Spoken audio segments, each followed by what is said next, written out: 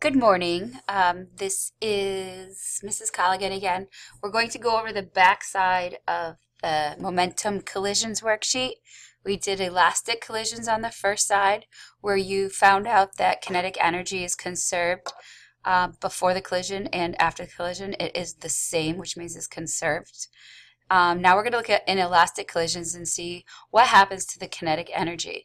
So again, you need to have so just look at the paper that you worked on. I have the one on the right that's not marked at all, and then I have the simulation on the left, and I'm going to try to get through this maybe a little quicker than I did before. So the first thing is it has you show here that your elasticity should be set to 0. So that's the first thing I'm going to do. And then the next thing I'm going to do is I'm going to hit more data. So when I hit more data, I'm going to look at the simulation chart that they have on here, and they want me to run 4 simulations. So they give me the mass for the first one, the mass for the second ball, and they're both 2. So I'm going to write 2 for both. And then I'm going to leave the positions as is. They give me the velocity for the first one, which is 1.5, and then they give me the velocity for the second one, which is 0, so I leave that there. So now I should be all set. I'm going to hit play, and once they collide, I'm going to pause it. So as we saw them collide, we see them travel together, and what we're going to write down is the after collision velocity, velocity 1 and 2. You can see that they're both 0.75. But they're traveling at essentially the same speed, okay? The momentum is a total of 3, which momentum should be able to be calculated. It's 2 times 0.75, so if you figured that out, that's what we should come up with, and we can even try to calculate that using your phone or a calculator. So we have 2 times 0.75 equals 1.5. So our momentum is 1.5. So it's actually showing us that those momentums are separate for each thing. So the total momentum for both objects is 3 together. So we're going to write 3. It's 1.5 plus 1.5. Next, we have the second. I'm going to reset all, set this to inelastic, and then I'm going to hit more data, and I'm going to put in 3 for the mass,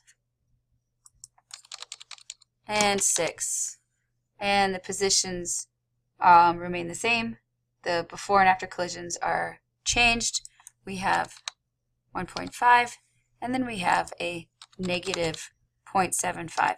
The negative implies a change in direction, okay? So I'm going to hit play, and then as soon as they collide, I will pause it. And they stop. So we have the momentum being 0 here, and the velocity being 0.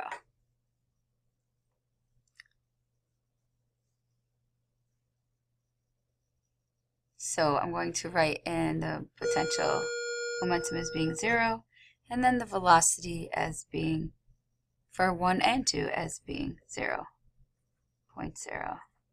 If we put the units in, we could put it up here, meters per second. And we could also put it up here so we don't have to be redundant and write it over and over again. Meters per second is our unit. And then we're going to go ahead and do the next one. I'm going to reset, but then change the elasticity back to 0. I'm going to hit more data, and then I'm going to write in the numbers they give me again, which is 1.5, and then I have 5.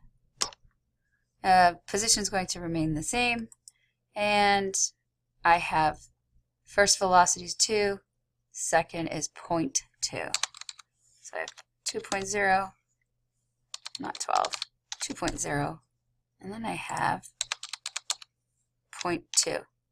And again, I'm going to just hit play, see what happens, and go from there. They've collided, I stop it, and my velocity ends up being the same for each of them.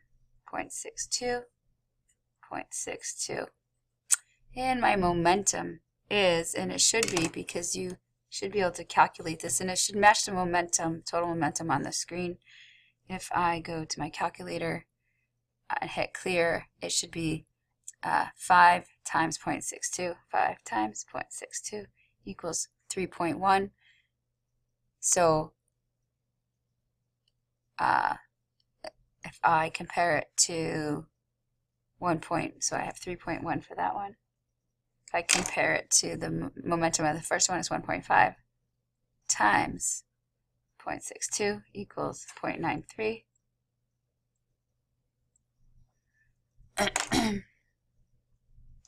You can see that they're very similar to the momentums shown over here. Extremely similar.